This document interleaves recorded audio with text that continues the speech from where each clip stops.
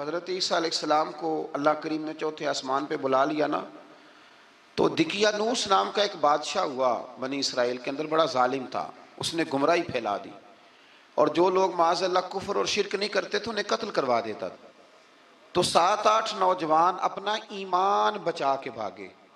او ہو اللہ اکبر، ساری دنیا مال بچا کے بھاگتی، وہ 7-8 نوجوان اپنا ایمان بچا کے بھاگے کہ یہ ہمیں کہیں کفر کی طرف نہ لوٹا دے۔ تو جا کے ایک غار کے اندر چلے گئے، تو ایک کتا بھی ان کے ساتھ ہو گیا۔ انہیں کتے کو بڑے روڑے مارے کہ یہ اگر بھونکے گا، آواز نکالے گا تو ہم پکڑے جائیں گے، ہم نے تو چھپنا ہے۔ پر اس کو نہ ولیوں سے پیار ہو گیا تھا، اس نے کہا بھگاؤ جتنا مرضی مجھے، فطرت میری ہے کہ میں بھونکتا ہوں، پر جب اللہ کے ولی ہوں تو پھر میں ادب کرتا ہوں۔ یہ قرآنی واقعہ ہے۔ اچھا، یہ عین وہ واقعہ ہے قرآن مجید کا کہ جو بہت ساری چیزوں پر ویسے ہی نص ہے اور بہت ساری زبانیں ویسے ہی گنگ ہو جاتی۔ تو وہ 6-7 لوگ تھے، وہ چلے گئے غار کے اندر، جا کے انہوں نے پناہ لے لی۔ بادشاہ کو پتہ چل گیا کہ غار کے اندر ہے۔ اچھا، اللہ کی قدرت، جیسے ہی داخل ہوئے انہیں نیند آ گئی، یہ سو گئے۔ اور قرآن مجید کہتا ہے، قرآن مجید کے یہ لفظ ہیں کہ کتا غار کے منہ پر بازو پھیلا کے بیٹھ گیا، گویا اپنے مالکوں کی خدمت کر رہا ہے۔ اب میاں صاحب کی ایک بات کر لیں درمیان میں۔ میاں صاحب فرماتے ہیں، جنہ تنا وچ عشق نہ رچیا، کتے ہونا تھی چنگے، اور چلو مالک دیکھ کر راکھی کر دے، صابر بھوکے ننگے۔ یہ دیکھو نا کہ اتنا تو ان کے اندر بھی کمال ہے۔ اپنے نا دونوں بازو پھیلا کے، کتا بھی غار پہ بیٹھ گیا، ان کو نیند آ گئی۔ بادشاہ نے پتہ کرایا، کہاں بھاگ کے گئے؟ تو کہا وہ غار کے اندر ہیں۔ بادشاہ کہنے لگا کہ ان کی سزا یہ ہے کہ ایک دیوار چن دو غار کے منہ میں، غار کوئی بند کر دو۔ جس بندے کی ڈیوٹی لگائی نا غار چننے کی، بندہ بڑا نیک تھا، اس کو دیوار بنانے کا ذمہ دیا۔ اس نے نا دیوار بھی بنائی اور ایک تختی پہ نا سب کے نام لکھے، اور وہ تختی ایک صندوق میں رکھ کے وہاں بند کر دی، اور اسی طرح کی ایک تختی اس کے نیچے لکھا کہ ایک تختی ان کے ناموں کی نا میں مال خزانہ میں بھی بند کر رہا ہوں۔ اللہ تبارک و تعالیٰ کی قدرت کے بعد مفسرین نے لکھا ہے وہ 100 سال تک سوئے رہے، اور بعض نے لکھا ہے کہ 300 سال تک سوئے رہے۔ 300 سال کے بعد اس طرح ہوا کہ حکومتیں بدل گئیں۔ بیدروس نام کا ایک بادشاہ آ گیا، وہ بڑا نیک دل تھا، اس نے ہر طرف حضرت عیسیٰ علیہ السلام کی شریعت کا پھر سے نعرہ بلند کیا۔ اب نا کچھ لوگ ایسے تھے جو منکر ہو گئے تھے کہ مرنے کے بعد دوبارہ کیسے اٹھیں گے۔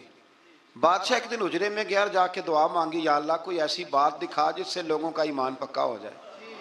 اس طرح کے بھی بادشاہ ہوا کرتے تھے۔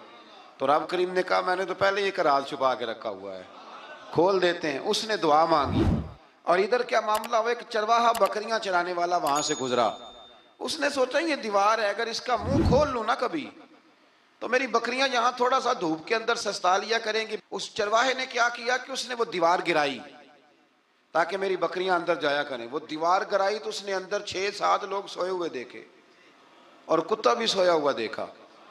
اللہ تبارک و تعالیٰ اپنی قدرت سے، اپنے فضل سے ان کی کروٹیں بھی بدلتا رہا۔ اپنی قدرت سے ایک طرف انسان پڑا رہے نا تو اعضاء گل جاتے ہیں، ان کی کروٹیں بھی بدلی جاتی، مناسب روشنی بھی دی جاتی، حرارت بھی۔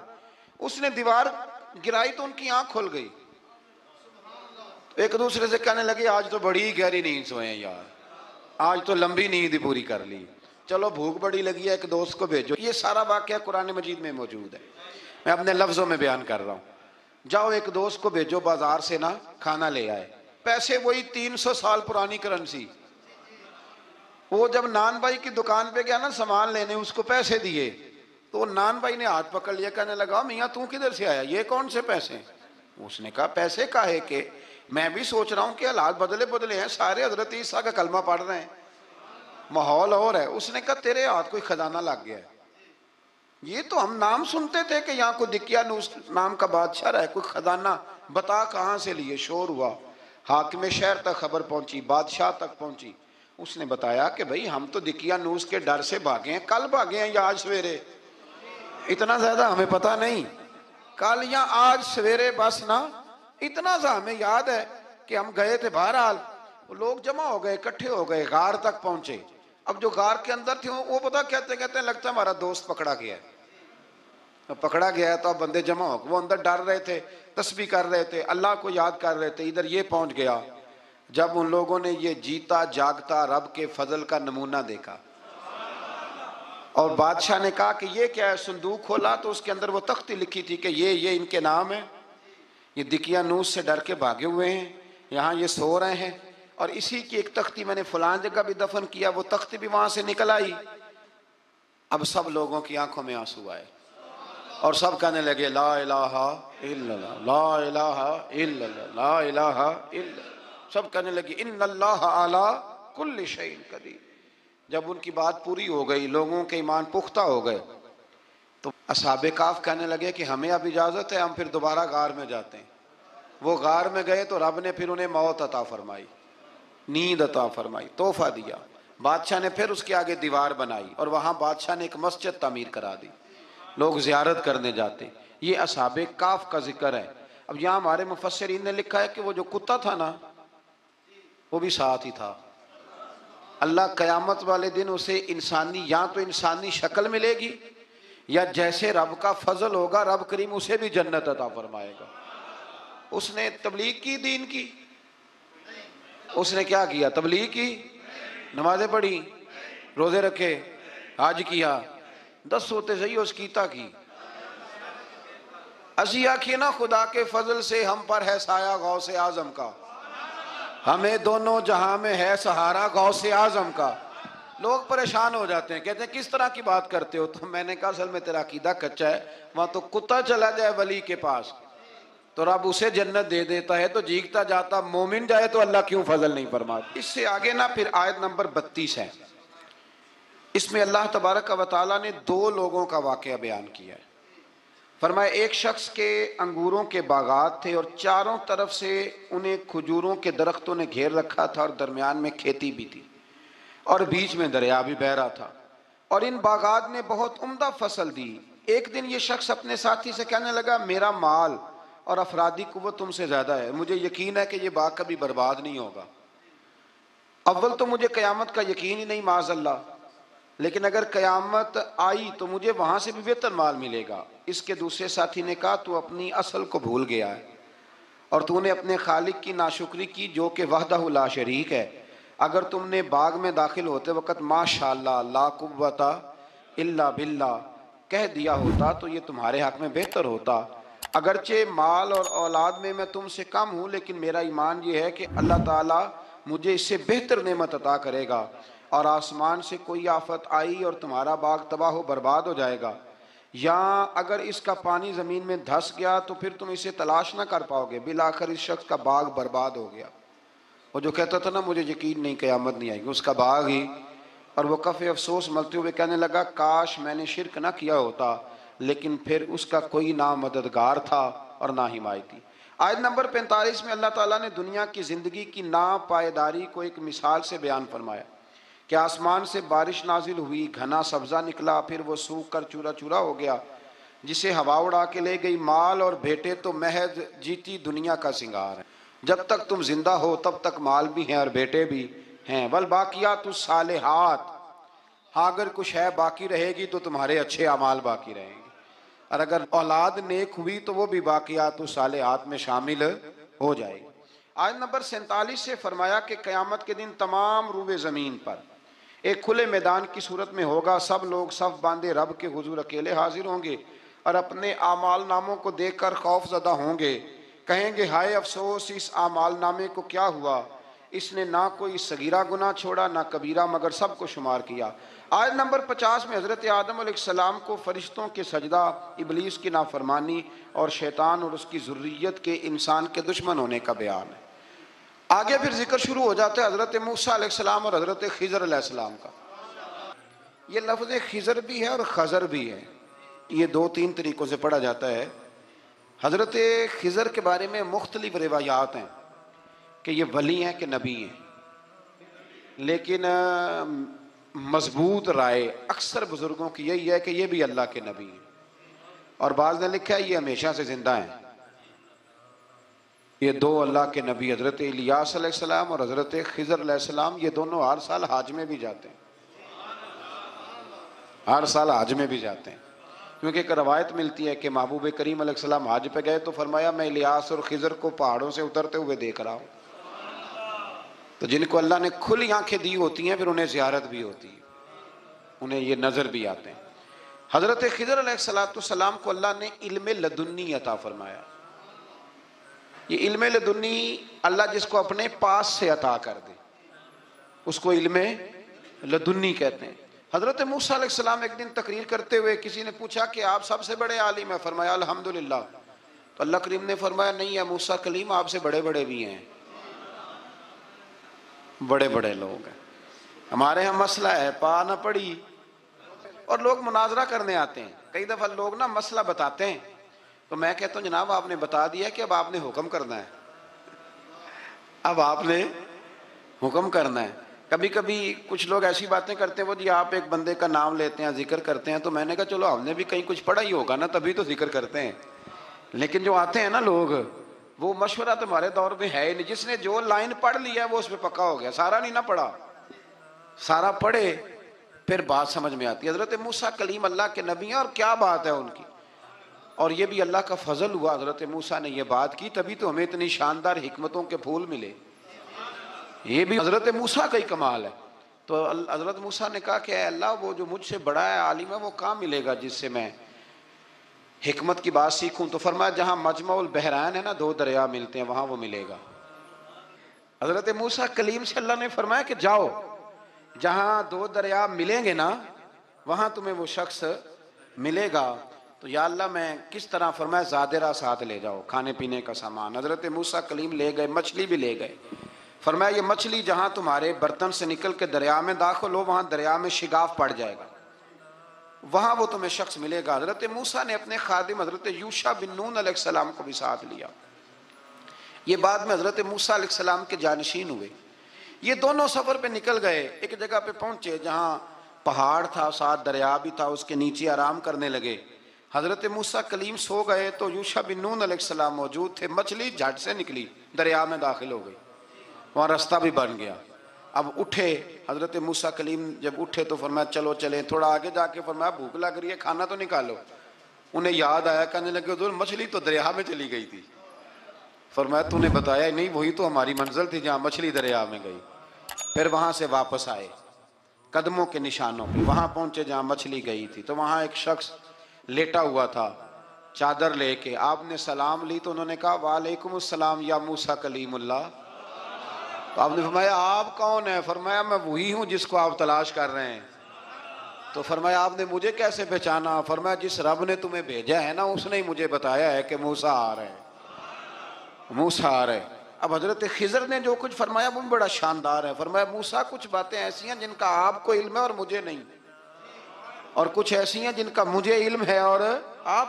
اللہ اکبر، یہ کبھی ہماری سمجھ میں بات آ جائے، یہ کبھی سمجھ میں آ جائے۔ کچھ باتیں ایسی ہیں جس کا مجھے علم ہے، اور یہ بڑے بڑے سیانے بندے نہیں مانتے، بڑے بڑے میں عالم ہوں جی، تو آپ عالم ہیں میاں ایک شعبے کے، لیکن بہت سارے دنیا میں شعبے ہیں نا، دین کے عالم کا درجہ سب سے بڑا ہے، لیکن قانونی مشاورت کرنی ہے تو آپ وکیل سے کریں گے، گاڑی کے بارے میں پوچھنا ہے تو کسی مکینک سے پوچھیں، لیکن آپ بن کے نہ بیٹھ جائیں۔ فرمایا جس کا آپ کو علم ہے مجھے نہیں، اور جس کا مجھے علم ہے ان میں سے آپ کو نہیں۔ تو کہا میں پھر آپ کے ساتھ رہنا چاہتا ہوں اور میں وہ سیکھنا چاہتا ہوں جو آپ بتا رہے ہیں۔ تو حضرت خضر فرمانے لگے صبر کر لیں گے میرے ساتھ؟ یہ سب سے مشکل کام ہے، یہ سب سے، یعنی ہر بات کی تو یہاں لوگوں کو وضاحت چاہیے۔ کھانسے بھی تو آپ کو بتانا پڑے گا کھانسے کیوں، ہنسے بھی تو آپ کو بتانا پڑے گا ہنسے کیوں۔ بے بزرگ ہیں، بزرگوں کی باتوں میں حکمتیں ہوتی ہیں، لیکن ہم حکمت کی طرف جانے کو تیار نہیں ہوتے، ہمیں تو فوری طور پہ جواب چاہیے، حل چاہیے۔ حضرت موسیٰ علیہ السلام جناب خضر کے ساتھ چلے، فرمایا صبر کروں گا میں چلتا ہوں آپ کے ساتھ۔ دریا کے قریب گئے کشتی میں بیٹھنے کے لیے تو کشتی والوں نے حضرت خضر کو پہچان لیا، بغیر کرائے کے سوار کرایا، اور جب پار اترنے لگے تو حضرت خضر نے کشتی کا ایک تختہ ہی توڑ دیا۔ حضرت موسیٰ کہنے لگے یہ آپ نے کیا کیا؟ انہوں نے نیکی کی، آپ نے تختہ توڑ دیا۔ فرمایا آپ کو کہا تھا نا آپ نے صبر نہیں کرنا، آپ کو کہا تھا نا۔ فرمایا چلو میں صبر کروں گا۔ تھوڑا آگے گئے تو ایک نوجوان لڑکا ابھی چھوٹی عمر ہے وہ ملا، حضرت سیدنا خضر علیہ السلام نے اسے قتل ہی کر دیا۔ فرمانے لگے آپ نے قتل ہی کر دیا؟ ایک قرآن مجید ہے بھائی۔ میں کبھی کبھی سوچتا ہوں یہ ہم کسی درویش کی بات سناتے تو بندے اڑ جاتے، فتوے نکلتے کہ نہ نکلتے؟ میرا خیال ہے ہر مسجد سے نکلتے، اور فتوے ایک جتنے مسجد میں نمازی ہوتے سب کے ہاتھوں میں فتوے ہوتے۔ قتل کر دیا، قتل ہی ہو گیا بندہ۔ تو حضرت سیدنا موسیٰ علیہ السلام فرمانے لگے آپ نے قتل ہی کر دیا۔ فرمایا میں نے کہا تھا نا آپ نے صبر نہیں کرنا۔ آپ فرمانے لگے چلو اگر اب میں بولا نا تو بے شک آپ مجھے علیحدہ کر دیجئے گا۔ حضرت موسیٰ کلیم اب بولا تو علیحدہ کر دیا۔ ایک بستی میں داخل ہوئے، بستی کے لوگوں سے پانی مانگا تو انہوں نے پانی بھی نہ دیا، آرام کرنے کو جگہ بھی نہ دی، پر وہاں ایک دیوار گر رہی تھی۔ حضرت خضر علیہ السلام نے سیدھی کرنی شروع کر دی، ساری دیوار بنائی۔ تو حضرت موسیٰ کہنے لگے کن لوگوں کی خدمت کر رہے ہو جنہوں نے پانی بھی نہیں دیا، انہوں نے پانی تک نہیں پوچھا۔ فرمانے لگے بس بھئی آپ نے وعدہ کیا تھا کہ اب بولیں گے تو بے شک علیحدہ کر دینا، آپ بولیں اب آپ کا اور میرا ساتھ زیادہ نہیں چل سکتا، آپ بولیں۔ جو بول پڑے نا غلامی کرے تو رستے لمبے چلتے ہیں، اور جو بولے نا جس کو وضاحتیں چاہیے ہو وہ غلام نہیں ہوتا، اس کے ساتھ پھر باتیں لمبی۔ ہاں تو آنکھ بند کر کے چل، ہاں آزم یاتے لائیے ہی نہ تجھے لائیے تھے، پھر آنکھ بند کر کے پیچھے چل کے بات ختم ہو گئی۔ حضرت خضر علیہ السلام نے جب کہا نا کہ اب آپ کا وعدہ ختم ہو گیا، فرمایا میں آپ کو جانے سے پہلے حکمت بتاتا ہوں، یہ وہ علم ہے جو اللہ نے مجھے اپنے پاس سے عطا فرمایا ہے، یہ وہ ہے جو علم لدنی ہے۔ کہا جناب کیا مطلب؟ فرمایا وہ جو میں نے تختہ توڑا تھا نا تو یہ مسکین بچے ہیں جن کی کشتی تھی، تو دریا کے اس پار بادشاہ کھڑا تھا، وہ جو صحیح صحیح کشتیاں ہوتی تھی قبضے کر لیتا تھا، اور جو تھوڑی سی ٹوٹی پھوٹی ہوتی تھی نا وہ چھوڑ دیا کرتا تھا۔ تو میں نے تھوڑی سی کشتی ان کی اس لیے توڑ دی ہے تاکہ دیکھے گا تو چھوڑ دے گا، اس لیے میں نے بھلا کیا ہے۔ اور فرمایا وہ جو بچہ میں نے قتل کیا نا وہ شروع سے ہی کفر کا دل دادا تھا، اس کے ماں باپ نیک تھے، اگر بڑا ہوتا جوان ہوتا تو ہو سکتا ہے ماں باپ کو بھی کفر میں مبتلا کر دیتا، اب اس کے بدلے اللہ انہیں صالح بیٹا عطا فرمائے گا۔ تو یہ بھی میں نے اللہ کے دیے ہوئے علم سے کیا۔ اور فرمایا یہ جو دیوار میں نے نبی ہو کے یا ولی ہو کے مزدوری کر کے دیوار بنائی ہے نا، اللہ اکبر، فرمایا یہ دیوار عام لوگوں کی نہیں، یہ یتیم بچوں کا خزانہ ہے دیوار کے نیچے، یہ گر جاتی تو خزانہ ظاہر ہو جاتا، اور بچائی اس لیے ہے کہ وَكَانَ أَبُوهُمَا صَالِحًا، ان بچوں کا باپ نیک آدمی تھا، ان کا باپ۔ قاضی ثناء اللہ صاحب پانی پتی فرماتے ہیں ڈائریکٹ باپ نہیں تھا، 7ویں نسل میں جا کے باپ بنتا تھا۔ سن لیں یہ بھی بات، ایک بندہ نیک ہو تو اس کی 7 نسلوں تک رب خزانوں کی بھی حفاظت فرماتا ہے۔ اب آپ اندازہ فرمائیں کہ بات کتنی دور تک جاتی ہے۔ بزرگوں کی باتوں میں نا حکمتیں ہوتی ہیں، دانائیاں ہوتی ہیں۔ یہ طریقت کے جو لوگ ہوتے ہیں انہیں سبق یہ دیا جاتا ہے کہ آمنا وصدقنا، ماننا ہے اور تصدیق کرنی۔ ہمارا معاملہ یہ ہے کہ یہاں وضاحت دینی پڑتی، وہ جی وہاں کیا ہوا تھا، وہ جو گاڑی آپ کے پاس ہے تو وہ کہاں سے آئی، تو وہ جو کل آپ نیا جوڑا پہن کے آئے تھے تو وہ کدھر سے آیا۔ تو جو لوگ وضاحتیں مانگتے ہیں وہ اپنے نہیں ہوتے، ان کا غلامی کا رشتہ نہیں ہوتا۔ حبیب اور ہوتا ہے، شریک اور ہوتا ہے۔ شریک وضاحتیں مانگتے ہیں، حبیب محبت کرتے ہیں۔ ہمارا آج سب سے بڑا المیہ یہ ہے، سب سے بڑا، کہ ہم کسی حکمت کے تحت کوئی بندہ اگر کوئی کام کر رہا ہے تو مجبوری ہے کہ ہمیں وہ حکمت بتائی جائے، ایسا نہ کریں۔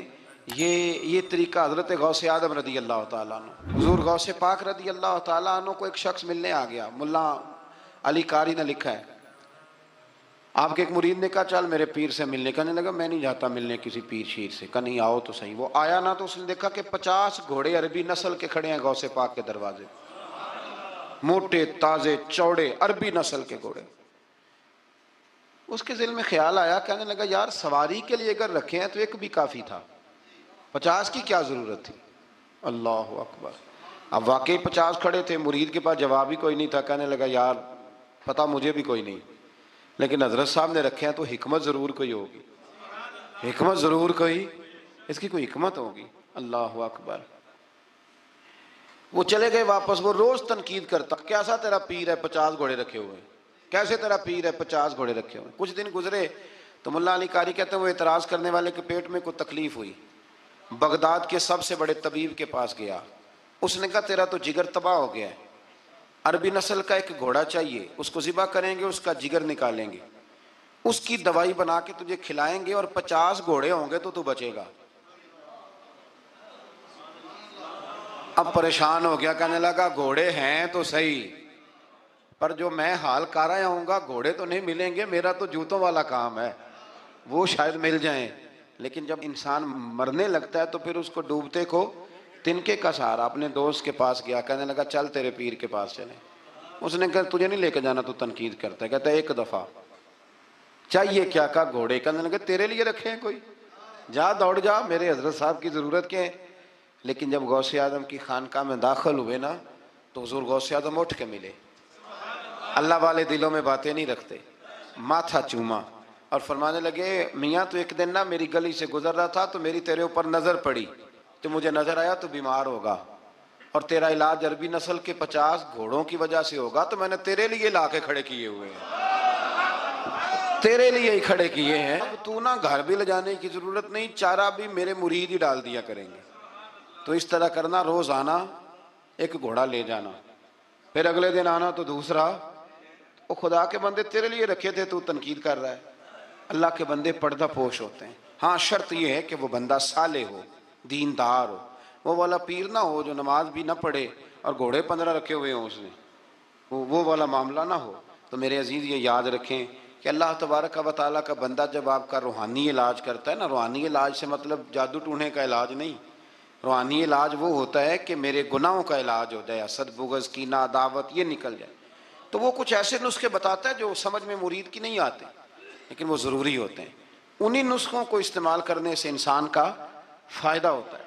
جی کرنے والے لوگ ہمیشہ کامیاب رہتے ہیں، وہ ماں باپ کے آگے کریں، استاد کے آگے کریں، شیخ کے آگے کریں، اور جن کو وضاحتوں کی ضرورت ہوتی ہے، ہاں ایک شرعی بات ضرور ہے، وہ ضرور سن لیں۔ اگر آپ کو کہیں کچھ شرعی قباحت نظر آئے جو قرآن و سنت سے ٹکراتی ہو تو وہ آپ پر فرض ہے آپ اپنے مرشد سے پوچھیں۔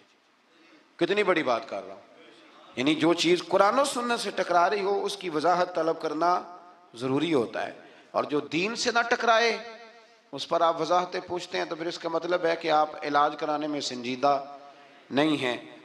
فرمایا پاک ہے وہ ذات جس نے اپنے بندہ خاص کو سیر کرائی، مسجد حرام سے لے کر مسجد اقصیٰ تک، اور مسجد اقصیٰ کون سی؟ الذی بارکنا حولہ، جس کے ارد گرد ہم نے برکتیں رکھی ہیں، لنوریہ من آیاتنا، تاکہ ہم انہیں اپنی نشانیاں دکھائیں۔ معراج حضور کی سیر کا نام ہے۔ اللہ نے کہا محبوب آؤ اپنی سلطنت کی سیر کر لو۔ معراج حضور کی سیر و سیاحت کا نام ہے، بس سیر کرنے گئے تھے محبوب، اور رات کے تھوڑے سے حصے میں۔ اور مسجد اقصیٰ وہ مسجد جس کے ارد گرد ہم نے برکتیں رکھی۔ مسجد کے اندر برکتیں ہوتی ہیں کہ ارد گرد ہوتی ہیں؟ الذی بارکنا حولہ، جس کے ارد گرد ہم نے برکتیں رکھی ہیں۔ تو مفسرین نے فرمایا کہ مسجد اقصیٰ کے ارد گرد انبیاء کے مزارات تھے، تو فرمایا کہ اس کے ارد گرد ہم نے برکتیں رکھی ہیں۔ جہاں نبی کا وجود ہو وہاں برکت ہوتی ہے، جہاں ولی کا وجود ہو وہاں برکت ہوتی ہے۔ لنوریہ من آیاتنا، تاکہ ہم انہیں اپنی نشانیاں دکھائیں۔ واقعہ معراج ظاہر ہے ایک تفصیلی اور ایک بڑا حیرت انگیز اور محبوب کی عظمت اور شانوں والا واقعہ ہے۔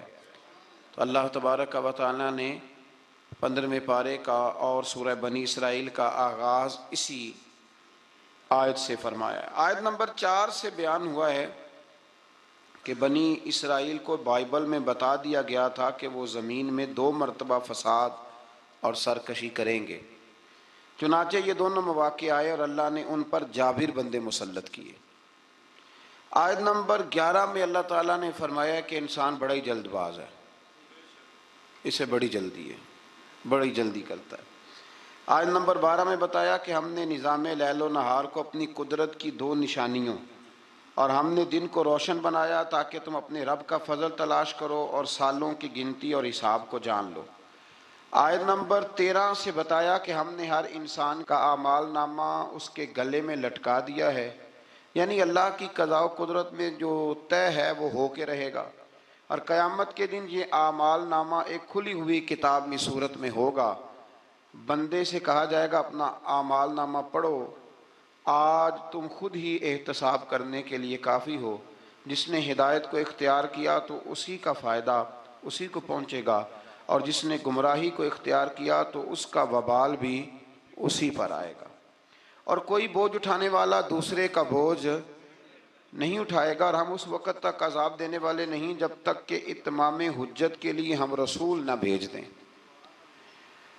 اگلی آیت میں قدرت کا ایک قانون بیان کیا گیا ہے کہ جب ہم کسی بستی والوں کو ہلاک کرنے کا ارادہ کرتے ہیں تو اس کو عیش و عشرت کا دل دادہ لوگوں کو اپنے احکام بھیجتے ہیں، پھر وہ ان احکام کی نافرمانی کر کے عذاب کے مستحق ہوتے ہیں، اور یوں ہم ان کو تباہ و برباد کر دیتے ہیں۔ پہلے قومیں عیش میں پڑتی ہیں پھر تباہ ہوتی ہیں۔ اللہ تعالیٰ اپنے محبوب کی غلامی والی زندگی عطا فرمائے۔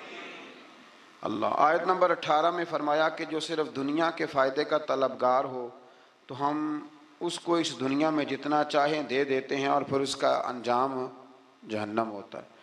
اللہ فرماتا ہے تو دنیا مانگے گا تو میں دے دوں گا، یہ نہیں کہ ملے گی نہیں، لیکن دنیا ملے گی، پھر جنت اللہ سے مانگیں ربنا آتنا فی الدنیا حسنہ وفی الآخرۃ حسنہ، یا اللہ دنیا بھی اچھی کر کے دے اور آخرت بھی ہمیں اچھی کر کے عطا فرما۔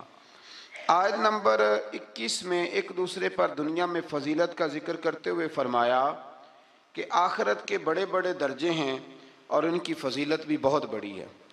آیت نمبر 23 میں والدین کے حقوق کی جانب متوجہ کرتے ہوئے فرمایا کہ تمہارے رب نے حکم دیا ہے کہ اس کے سوا کسی کی عبادت نہ کرو، اور ماں باپ کے ساتھ نیک سلوک کرو۔ اگر تمہاری زندگی میں وہ دونوں یا ان میں سے کوئی ایک بڑھاپے کو پہنچ جائے تو اس کو اف تک نہ کہو، ان کو جھڑکو بھی نہیں، اور ان کے ساتھ ادب سے بات کرو، اور ان کے لیے عاجزی اور رحم دلی کے بازو جھکائے رکھو، اور یہ دعا کرو کہ اے میرے رب ان پر رحم فرما جیسا کہ انہوں نے بچپن میں رحم کے ساتھ میری پرورش فرمائی تھی۔ آیت نمبر 26 میں قرابت داروں، مسکینوں اور مسافروں کے حقوق ادا کرنے اور فضول خرچی سے اجتناب کا حکم ہے، اور یہ کہ فضول خرچی کرنے والے شیطان کے بھائی ہیں، اور اگر بسبب تنگ دستی خرچ نہ کر سکو تو ان سے نرم بات ہی کر لو۔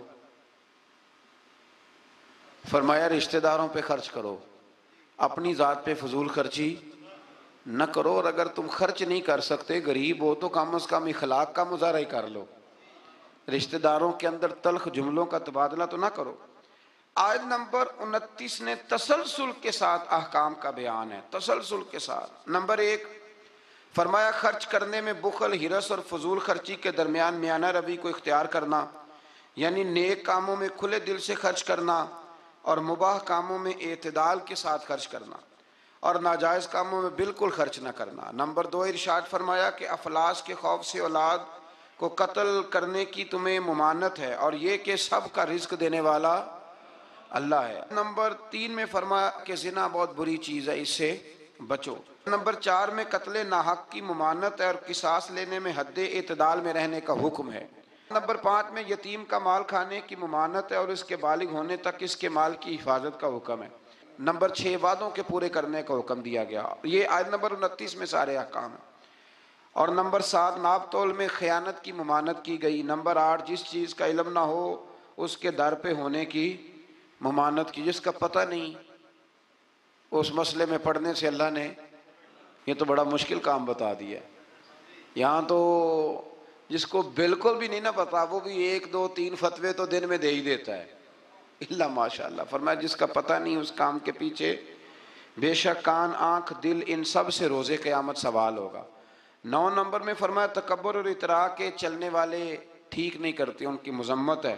نمبر 10 شرک کی مذمت بیان کی گئی، اور 11 نمبر پہ یہ بھی بیان ہوا کہ کسی کی روزی کی کشادگی یا تنگی کا مدار اس کی فضیلت یا بے قدری نہیں کہ بندہ اچھا نہیں تھا اس لیے اللہ نے پیسے نہیں دیے، فرمایا یہ اس کی بے قدری اس وجہ سے نہیں، یہ اللہ تعالیٰ کی حکمت اور مشیت کا معاملہ ہے۔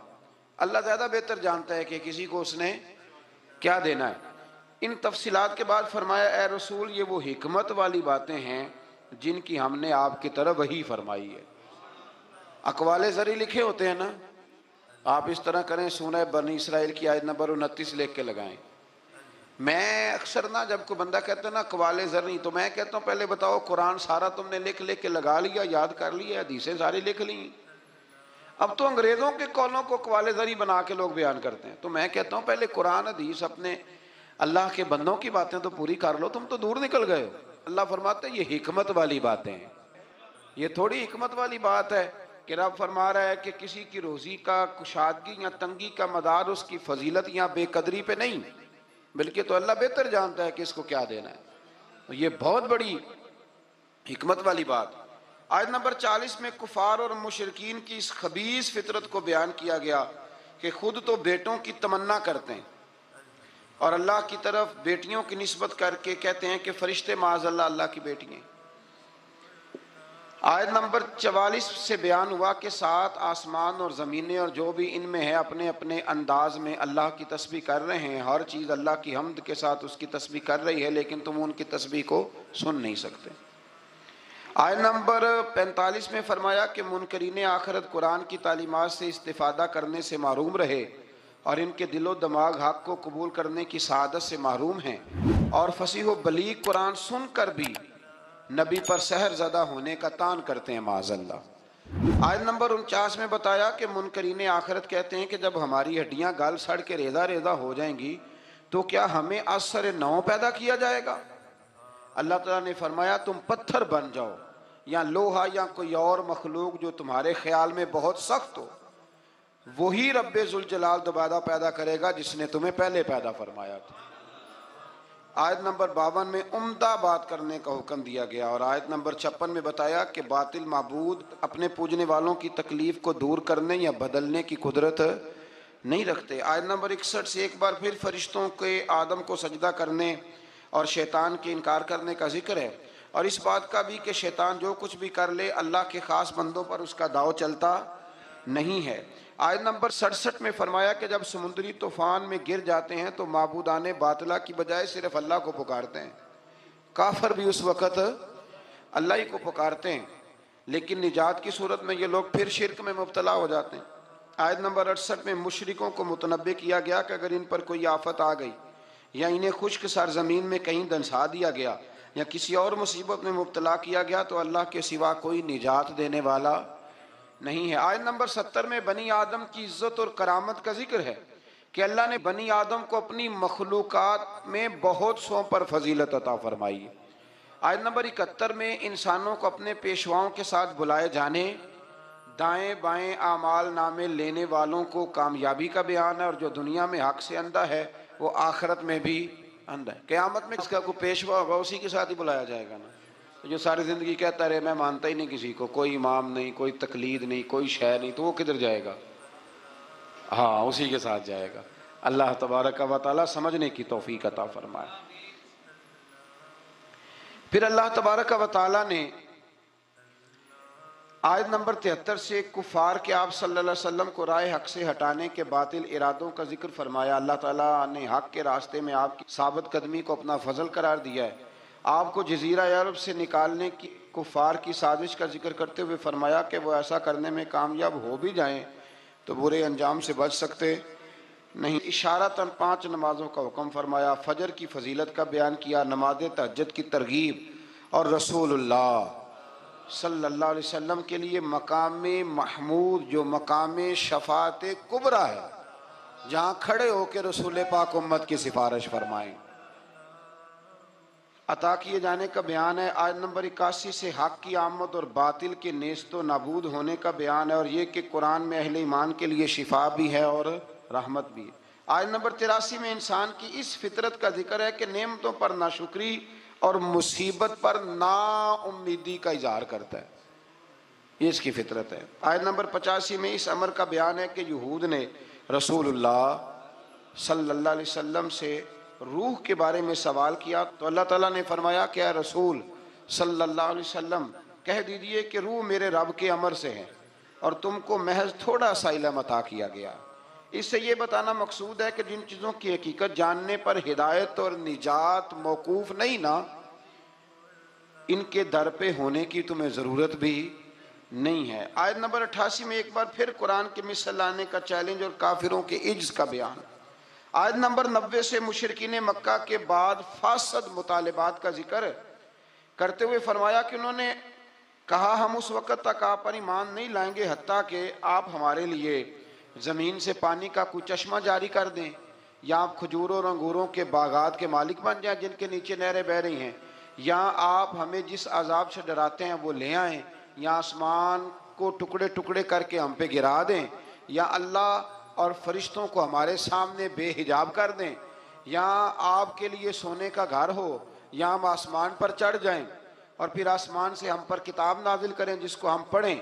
ان سب مطالبات کے جواب میں اللہ نے فرمایا اے رسول صلی اللہ علیہ وسلم کہہ دو میرا رب ہر عیب سے پاک ہے، میں کوئی شعبدے باز نہیں ہوں، بلکہ میں تو اللہ کا وہ بندہ ہوں جسے اللہ نے اپنا رسول بنا کے بھیجا ہے۔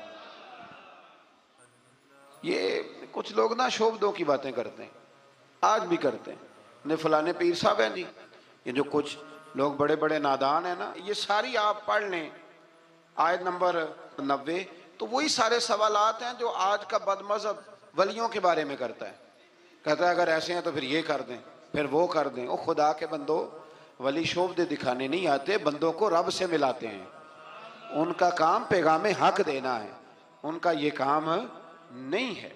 آیت نمبر 94 سے کفار مکہ کے اس اعتراض کا ذکر ہے کہ اللہ نے بشر کو رسول بنا کے کیوں بھیجا، استغفر اللہ، یعنی کوئی فرشتہ کیوں نہیں بھیجا؟ اللہ تعالیٰ نے فرمایا رسول صلی اللہ علیہ وسلم کہہ دو اگر زمین میں فرشتے بستے اور اطمینان سے چلتے پھرتے تو ہم ان پر آسمان سے فرشتہ ہی رسول بنا کے نازل کرتے۔ اگر فرشتوں کی طرف رسول بنانا ہوتا تو پھر کس کو بناتے؟ فرشتوں کو، یعنی نبی اور رسول جس مخلوق کی طرف مبعوث ہوئے اسی کے جن سے ہوتے ہیں۔ ان آیات میں یہ بھی بتایا کہ منکرین آخرت کو ان کے منہوں کے بل اندھا، گونگا اور بہرا بنا کر اٹھایا جائے گا اور ان کا ٹھکانہ جہنم ہے۔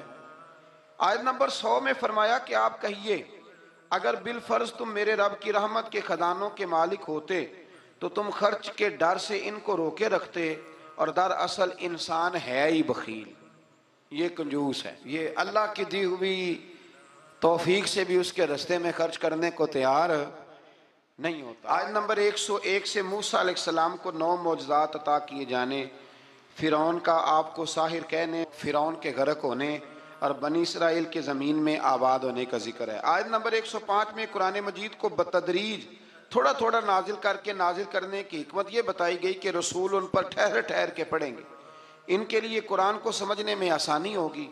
مشرکین مکہ اعتراض کرتے تھے کہ کبھی آپ اللہ کہتے ہیں کبھی رحمان کہتے ہیں، ہم تو رحمان کو نہیں جانتے، تو اللہ نے فرمایا رسول کہہ دیجئے کہ معبود برحق کو تم اللہ کہہ کے پکارو یا رحمان کہہ کے پکارو،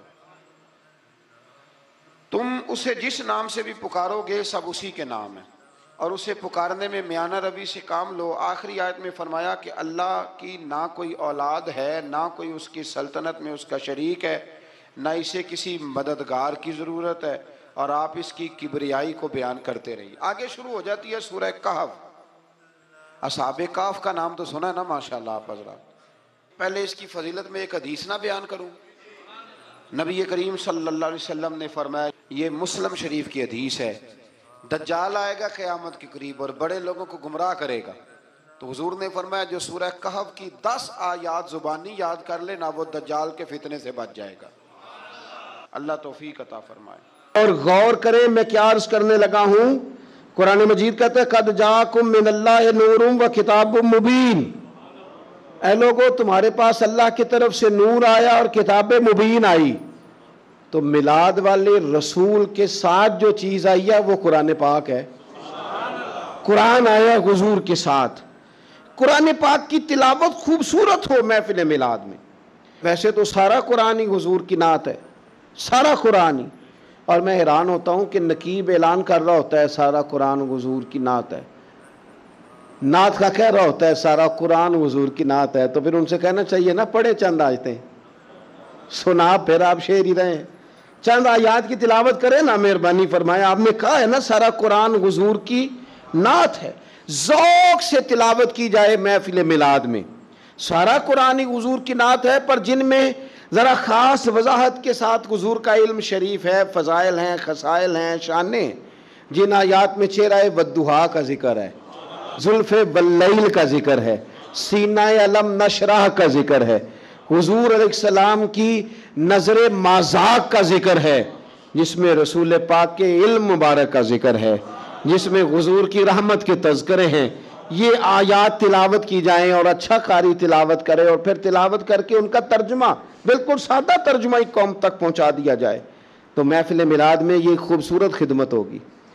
یہ میلاد شریف کرانے والے ایک اچھی بات لوگوں تک پہنچائیں گے، اچھے انداز میں قرآن پاک کی تلاوت کر کے، اور یہ بات یاد رکھ لیں، اپنے دل کی تختی پہ لکھ لیں، اللہ کے پیارے رسول صلی اللہ علیہ وسلم نے فرمایا اس قرآن کے ذریعے اللہ قوموں کو عزت عطا فرمائے گا۔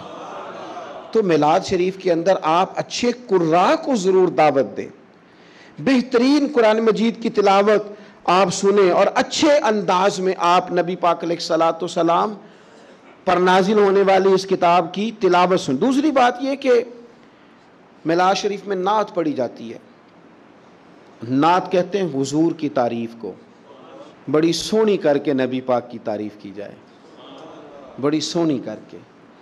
یہ نا میں کیا عرض کروں اس نعت خواں کی خدمت میں بھی جو اتنا اعلیٰ کام کر رہا تھا، وہ اس لائن میں کھڑا تھا جس لائن میں حضرت عباس بن عبد المطلب کھڑے ہیں، اس لائن میں تھا جس لائن میں حضرت حسان بن ثابت ہیں۔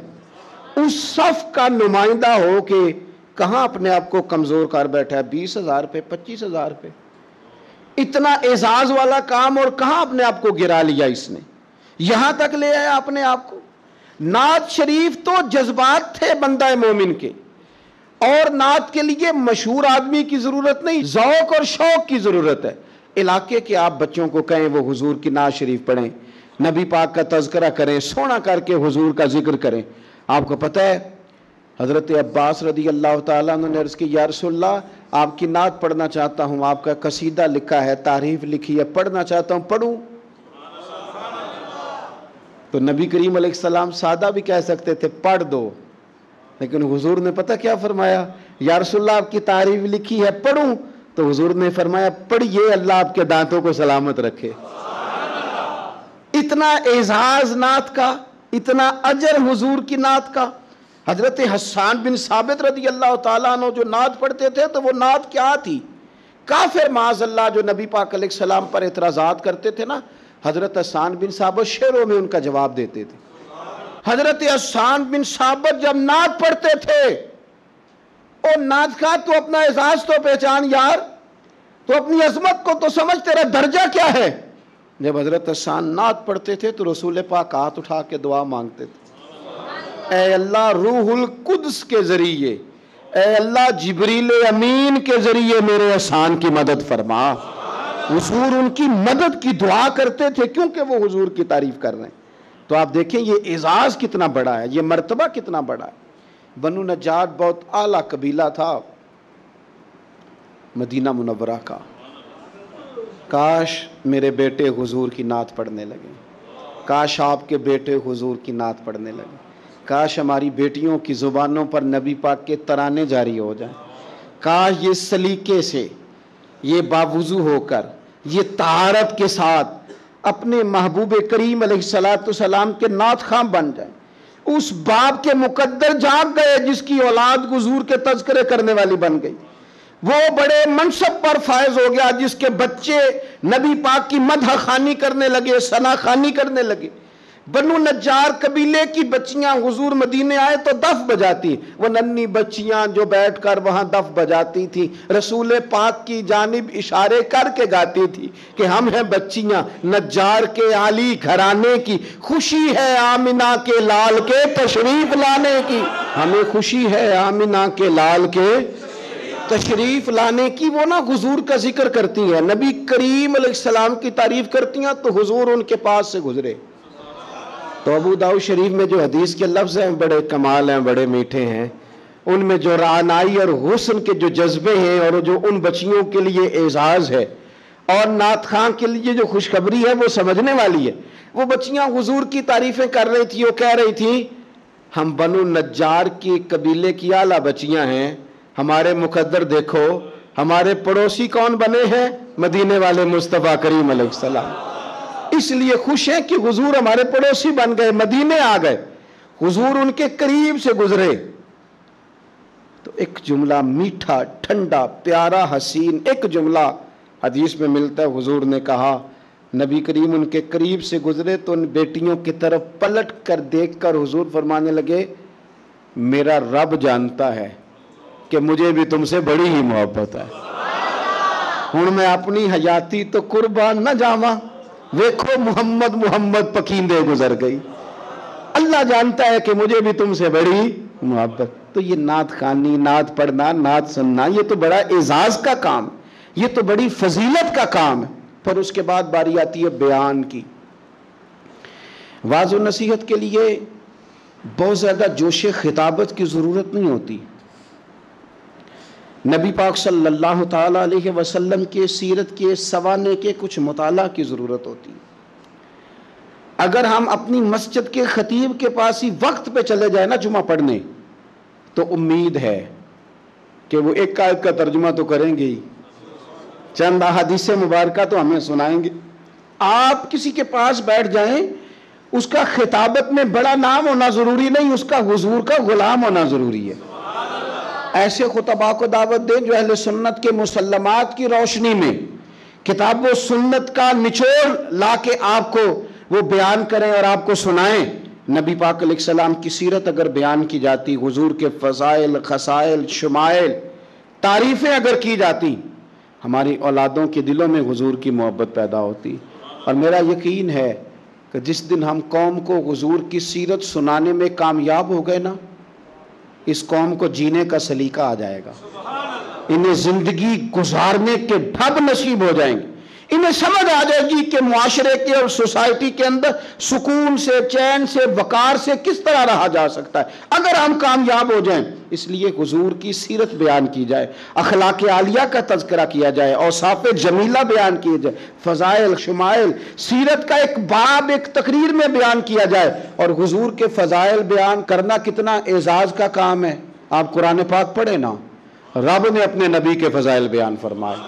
لقد من اللہ علی المؤمنین اذ بعث فیہم رسولا لقد جاءکم رسول من انفسکم عزیز علیہ ما عنتم حریص علیکم بالمؤمنین رؤوف الرحیم.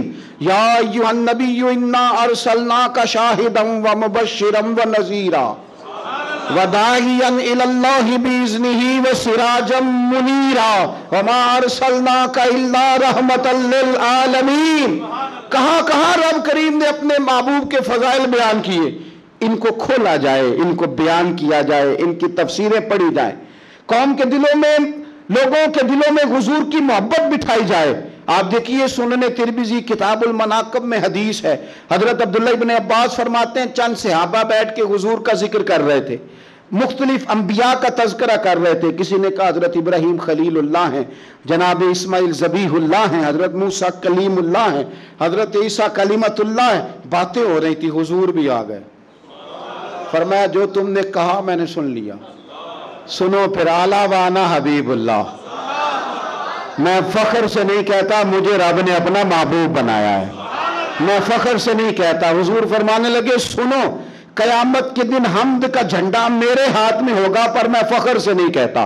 فرمایا قیامت کے دن سب سے پہلے میں شفاعت کروں گا اور میری شفاعت ہی قبول کی جائے گی پر میں فخر کے ساتھ نہیں کہتا. فرمایا صبح قیامت سب سے پہلے جنت کا دروازہ میں کھٹکھٹاؤں گا اور میرے لیے ہی سب سے پہلے کھولا جائے گا پر میں فخر کے ساتھ نہیں کہتا. رسول کریم صلی اللہ تعالی علیہ وسلم ارشاد فرمانے لگے فقیر، غریب، مومن قیامت کے دن میرے ساتھ جنت میں جائیں گے پر میں فخر کے ساتھ نہیں کہتا. حضور فرمانے لگے پہلوں میں بھی اور پچھلوں میں بھی اللہ کی بارگاہ میں سب سے زیادہ اعزاز میرا ہوگا پر میں فخر کے ساتھ نہیں کہتا. فاضل بریلوی کیا فرماتے ہیں؟ کہتے ہیں پیش حق مجدہ شفاعت کا سناتے جائیں گے، وہ آپ روتے جائیں گے، ہم کو ہنساتے جائیں گے.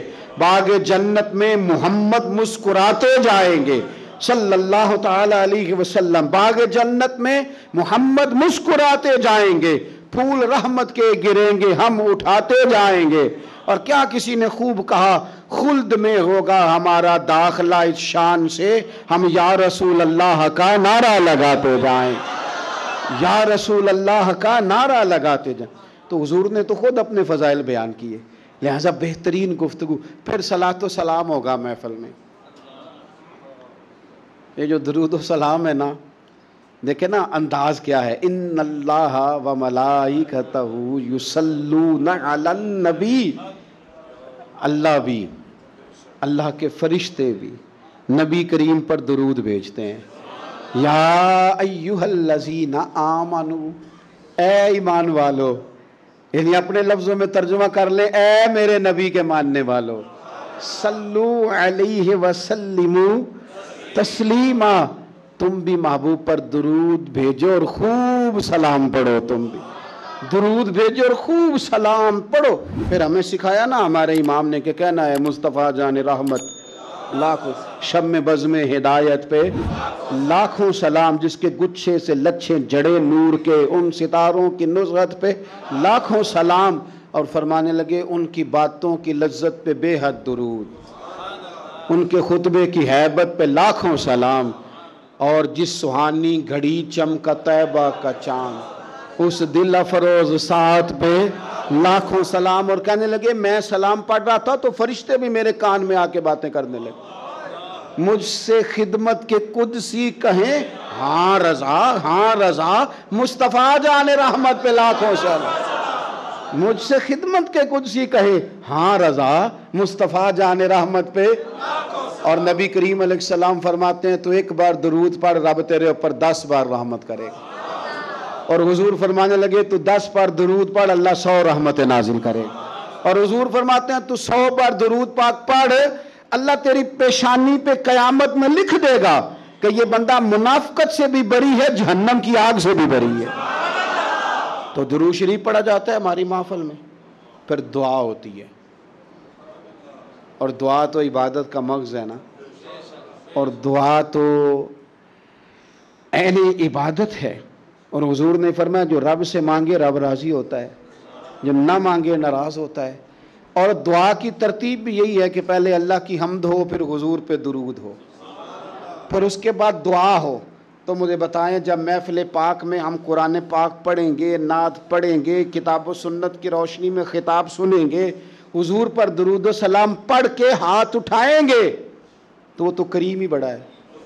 جو مانگیں گے اپنے فضل سے انشاءاللہ عطا فرمائے گا, وہ عطا فرمائے گا. تو یہ مقام ہے وہ یہاں دعائیں مانگی جائیں اور اللہ اپنے فضل سے قبول کرنے والا ہے. پھر اس کے بعد لنگر شریف ہوتا ہے. 2-3 گزارشات ہیں محفلیں کرانے والوں سے اور میلاد پہ لنگر بانٹنے والوں سے. ایک لنگر وہ ہے جو ابا جی کے ختم سے منسوب ہے, یہ میرے ابا جی کے ختم شریف کی روٹی. ایک لنگر وہ ہے بزرگوں کے ختم سے منسوب ہے. ایک وہ ہے جو بیٹے کے عقیقے سے منسوب ہے, ایک بیٹے کے ولیمے سے منسوب ہے. ایک لنگر حضور کے میلاد سے منسوب ہے. آپ نے صحیح بتانا ہے. ابا جی کے ختم کی روٹی بھی کبھی کسی نے چھتوں سے پھینکی ہے شاپروں پہ ڈال کے. دادا جی کے ختم شریف پہ کھانا پکا ہو تو چھت سے پھینک دیتے اور لفافے میں ڈال. بچے کے عقیقے پہ, ولیمے پہ, تو میلاد پہ کیوں پھینکتے ہو؟ میلاد پہ کیوں پھینکتے ہو؟ کوئی یہ طریقہ ہے؟ آپ کم از کم چلیں بہت سارے مجموعوں کو بہت زیادہ اعزاز کے ساتھ نہ صحیح تو کم از کم یہ کہ آپ بٹھا کے تو کھانا دے دیں, وقار کے ساتھ ہی کھانا کھلا دیں. اور میں اپیل کروں گا محفل کرانے والوں سے, اور مجھے امید ہے خطیب, مشائخ, نعت خواں, قاری, یہ سارے حضرات بھی میری بات سے اتفاق کریں گے. میلاد شریف پہ نا سب کی روٹی ایک جیسی پکا لی جائے. جو غریب کھائے وہی پیر کھائے, جو عام کھائے وہی نعت خواں کھائے, جو سارے کھائیں وہی پیر صاحب, صوفی صاحب, درویش صاحب, خطیب صاحب, مہمان خصوصی صاحب بھی کھائیں. اور یارو کچھ لوگ روز گوشت کھاتے ہیں. کچھ گھر ایسے ہیں کہ اگر چاولوں میں گوشت پڑ بھی جائے نا تو سارے بچوں کو بوٹیاں نہیں ملتی. ان گھروں میں بچے نا گوشت کے لیے لڑتے ہیں کہ میں نے بوٹی کھانی یا میں نے بوٹی کھانی, اور باپ پریشان, غریب, کمزور, دور بیٹھ کے دیکھتا ہے کہ میری جیب میں زیادہ پیسے ہوتے تو میں زیادہ گوشت لاتا, ایسا نہ ہو کہ ہم میلاد شریف پہ زیادہ گوشت ڈال کے چاول ہم نے پکائے ہوئے ہوں اور اسے پتہ ہو کہ آج بٹھا کے اعزاز کے ساتھ روٹی کھلائی جائے گی، تو اپنے تینوں بچے غریب آدمی ساتھ لے آئے، اور اس کا 3-4 سال کا بچہ جب اسے 3-4 بوٹیاں اکٹھی ملیں تو اپنے ابا جی سے پوچھے، ابا جی آج خیر ہے؟ آج بڑا گوشت مل رہا ہے، خیر ہے؟ تو پھر تجھے میلاد سکھانا نہیں پڑے گا، پڑھانا نہیں پڑے گا، بتانا نہیں پڑے گا۔ اس کا باپ جب اس کے کان میں کہے گا نا، پتر آج راج راج کے کھا، آج مدینے والے محبوب کا میلاد شریف، آج میلاد ہے، حضور رسول کریم علیہ السلام کی محفل نور میں تو آیا ہے۔ اور سنے نبی کریم نے کیا فرمایا، حضور فرمانے لگے جو بھوکے کو کھانا کھلائے گا نا، اللہ قیامت کے دن اسے جنت کے پھل کھلائے گا۔ وہ بہت سارے لوگ کہتے ہیں میلاد کرتے ہیں غریبوں کو دے دو، تو میں کہتا ہوں ہمارے میلاد کی محفلوں میں پہلے ہی تو غریب آتے ہیں، ہم غریبوں کو تو کھلا رہے ہیں۔ امیر تو اللہ تعالیٰ انہیں توفیق دے، وہ تو سیاسی جلسوں میں جاتے ہیں، وہ تو جاتے ہیں جہاں MNA اور MPA کے جلوس نکلنے ہو تو وہاں جاتے ہیں۔ یہ غریب ہی تو ہیں جو آتے ہیں حضور کے نام پہ پیچھے بیٹھ کر روتے ہیں نبی کریم کی نعت پہ۔ تو لنگر شریف اگر اس تسلسل سے ہو، اس شوق سے ہو، اس ذوق سے ہو کہ بہت سارے غرباء کو میسر آئے اور ان کو کھانے کھلائے جائیں، پیٹ بھر کے کھانے کھلائے جائیں، ہو سکے تو کچھ غریبوں کو کپڑے بانٹے جائیں حضور کے میلاد کے نام پر، ہو سکے تو کچھ کی امداد کی جائے کہ یہ میلاد کا تحفہ ہے تیرے لیے۔ اگر یہ سارے ذوق میلاد النبی پہ لنگر شریف کے نام پر پیدا کر لیے جائیں تو آپ یقین کریں کہ میلاد نہ اس طرح کا بن جائے گا کہ وہ تقریروں سے، باتوں سے اتر کر دلوں میں اترنا شروع ہو جائے گا، اور بہت سارے لوگ ایسے ہوں گے جن کی روحیں وجد کریں گے میلاد آنے پر، طبیعتیں مائل ہوں گی۔ اور میلاد کا سبق بھی یہی ہے، درس بھی یہی ہے، شوق بھی یہی ہے۔ بہرحال یہ پورا مہینہ درود شریف پڑھ کے گزارنا ہے، یہ سارا مہینہ حضور کی نعت سویرے بھی ہمارے گھر چلے، شام بھی ہمارے گھر چلے۔ ہم سویرے گھر سے جائیں تو نعت سن کے جائیں، آتے ہی نعت چلائیں۔ ہم اپنے بچوں کو نعت کے بٹن دبا کے دیں، ہمارے گھروں میں حضور کا تذکرہ ہو، نبی پاک کے ذکر جمیل سے ہمارے گھر آباد اور روشن ہو، ہماری بیٹیاں حضور کے تذکرے کرنے والی ہو، ہمارے ہاں خاص قسم کا ذوق گھروں میں بن جائے۔ حضرت عباس رضی اللہ تعالیٰ عنہ فرماتے ہیں میں گھر کے اندر بیٹھ کے اپنے بچوں کو حضور کا ذکر سنا رہا تھا، حضور کہیں باہر سے گزرے تو میرے نصیب جاگ گئے، حضور نے سنا تو دروازے پہ کھڑے ہو گئے، بات ختم ہوئی، دروازے پہ دستک ہوئی، دروازہ جو کھولا تو حیران رہ گیا، اللہ کی ساری رحمتیں تو میرے دروازے پر موجود ہیں۔ تو قریب محبوب فرمانے لگے چچا میرے تذکرے کر رہے تھے؟ یا رسول اللہ آپ کا ذکر بتا رہا تھا، میں نے بچپن بھی دیکھا، جوانی بھی دیکھی، آپ کے والدین بھی دیکھے، تو آپ کے تذکارے جمیلہ بچوں کو سنا رہا تھا۔ فرمایا چچا مبارک ہو، میری شفاعت تم نے اپنے حق میں ثابت کر لی ہے، اب میں تمہاری سفارش کروں گا صبح قیامت، چونکہ تمہارے گھر میں حضور کا تذکرہ ہوتا ہے۔ خوب نعتیں پڑھیں حضور کی، خوب آپ نعت کا ذوق بنا لیں گے تو زبان پہ جاری بھی ہو جائے گی۔ نعت سرکار کی پڑھتا ہوں میں، بس اسی بات سے کرنے میرے رحمت ہوگی، ایک تیرا نام وسیلہ ہے میرا،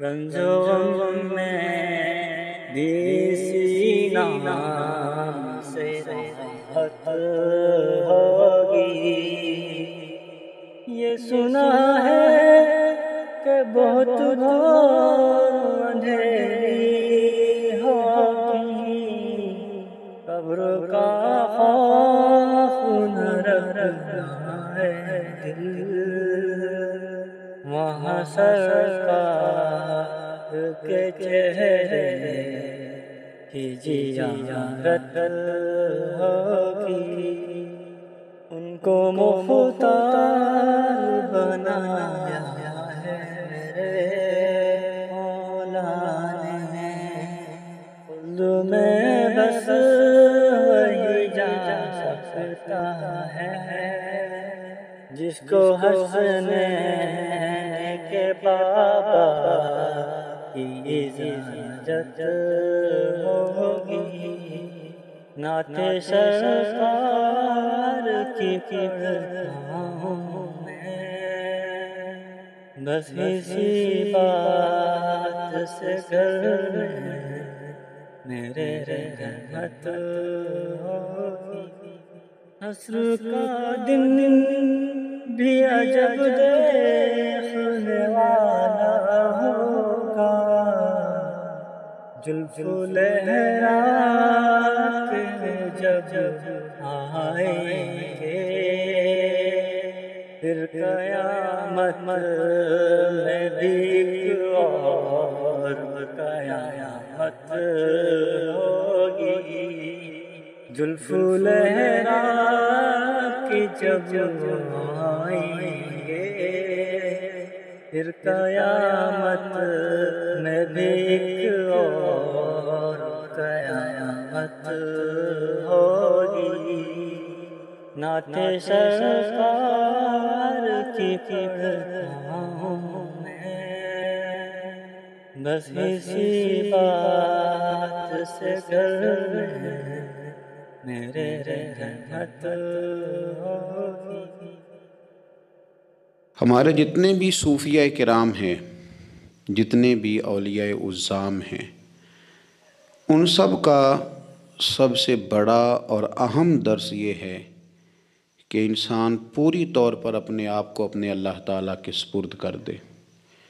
صوفیہ کرام یہ فرماتے ہیں کہ جس طرح بچہ ماں کی گود میں جا کے ہر غم سے بے فکر اور آزاد ہو جاتا ہے، اس طرح بندہ مومن اللہ تعالیٰ پر بھروسہ کر کے ہر غم سے آزاد ہو جاتا ہے۔ ہمارے ہاں یہ مسئلہ بن گیا ہے کہ ہمیں آج کل دنیا داروں پر، دوستوں پر، احباب پر، اپنے تعلقات پر، اپنی جیب پر تو بھروسہ ہوتا ہے، لیکن اللہ تعالیٰ کی ذات پر جس طرح بھروسہ ہونا چاہیے اس طرح نہیں ہوتا۔ اقبال صوفیہ کرام کی اس سوچ کو اور آج کے دور کی ہماری اس کمزوری کو اس طرح بیان کرتے ہیں۔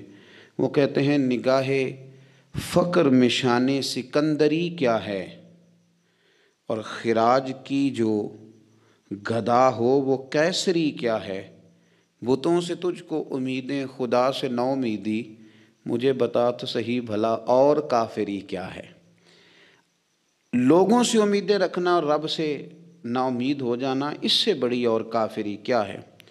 نبی رحمت سید عالم صلی اللہ تعالیٰ علیہ وسلم نے فرمایا میری امت کے 70,000 لوگ بغیر حساب کتاب کے جنت میں داخل کر دیے جائیں گے۔ یہ وہ لوگ ہوں گے جو ہر حال میں اپنے رب پر بھروسہ کرتے تھے، مکمل طور پر ہر لحاظ سے ہر حال میں ان کا بھروسہ اپنے رب کریم پر قائم رہا، ادھر ادھر نہیں دیکھا، اللہ پر بھروسہ رہا۔